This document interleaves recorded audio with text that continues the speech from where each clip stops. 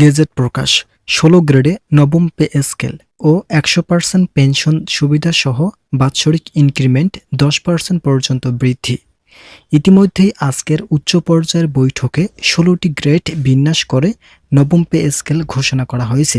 এছাড়াও একই সঙ্গে ১০০% পেনশন সুবিধা কার্যকর এবং বাৎসরিক ইনক্রিমেন্ট ১০% পর্যন্ত বৃদ্ধির বিষয়ে নীতিগত সিদ্ধান্ত গ্রহণ করা হয়েছে।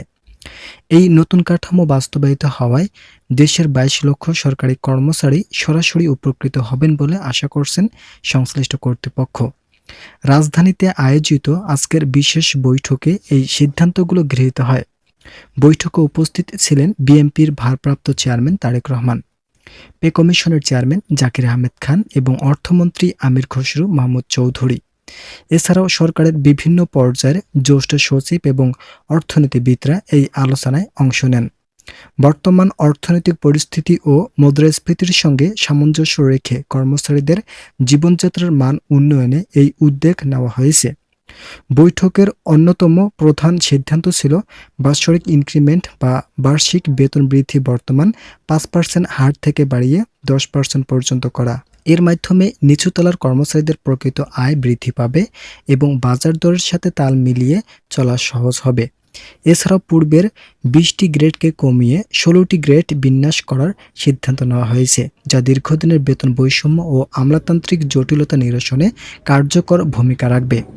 অবসরপ্রাপ্ত সরকারি কর্মচারীদের জন্য সুখবর হিসেবে এসেছে ১০০% পেনশন সুবিধা পুনরায় চালু করার ঘোষণা। দীর্ঘদিন ধরে পেনশনের একটি অংশ বাধ্যতামূলকভাবে ল্যাম্প সাম হিসেবে তুলে ধরার নিয়ম থাকলেও নতুন সিদ্ধান্তে কর্মচারীরা তাদের পেনশনের পূর্ণ সুবিধা ভোগ করতে পারবেন।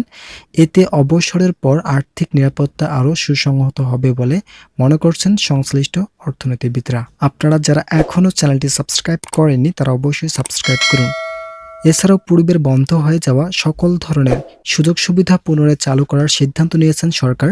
এর মধ্যে সবচেয়ে উল্লেখযোগ্য হল বহুল প্রতীক্ষিত সিলেকশন গ্রেড ও টাইম স্কেল সুবিধা পুনরায় চালু করা।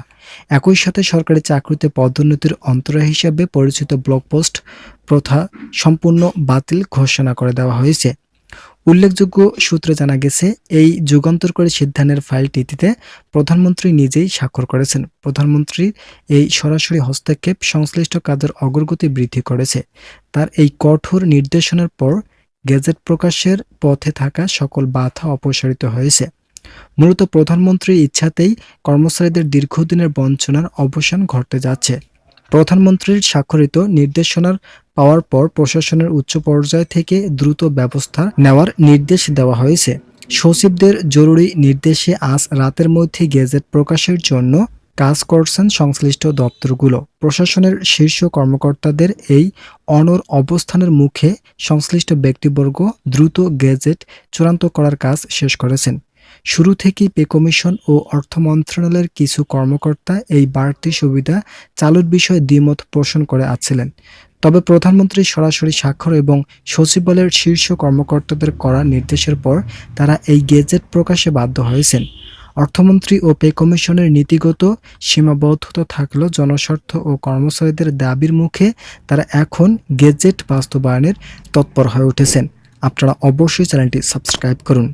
সচিবদের বিশেষ নির্দেশনায় আজ প্রধানমন্ত্রী তারেক রহমানের বাসভবনে এক উচ্চ পর্যায়ের জরুরি বৈঠক অনুষ্ঠিত হয়েছে।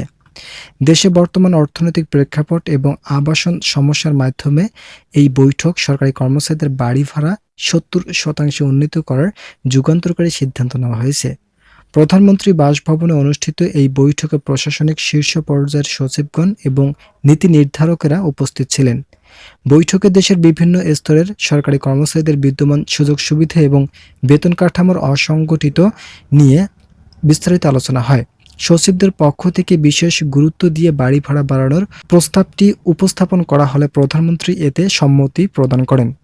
নতুন সিদ্ধান্তের ফলে কর্মকর্তা ও কর্মচারীদের মূল বেতনের বেসিক বিপরীতে বাড়ি ভাড়া ভাতা এখন থেকে ৭০% হারে প্রদান করা হবে। বর্তমান তুলনায় এই বেতন বৃদ্ধি কর্মচারীদের মাসিক আয়ের বড় ধরনের ইতিবাচক প্রভাব ফেলবে। বিশেষ করে যারা বিভাগীয় শহর বা ঢাকা মেগাসিটিতে কর্মরত আছেন তাদের জন্য এই বর্ধিত ভাতা আবাসন ব্যয় মেটাতে প্রধান সহায়ক শক্তি হিসেবে কাজ করবে।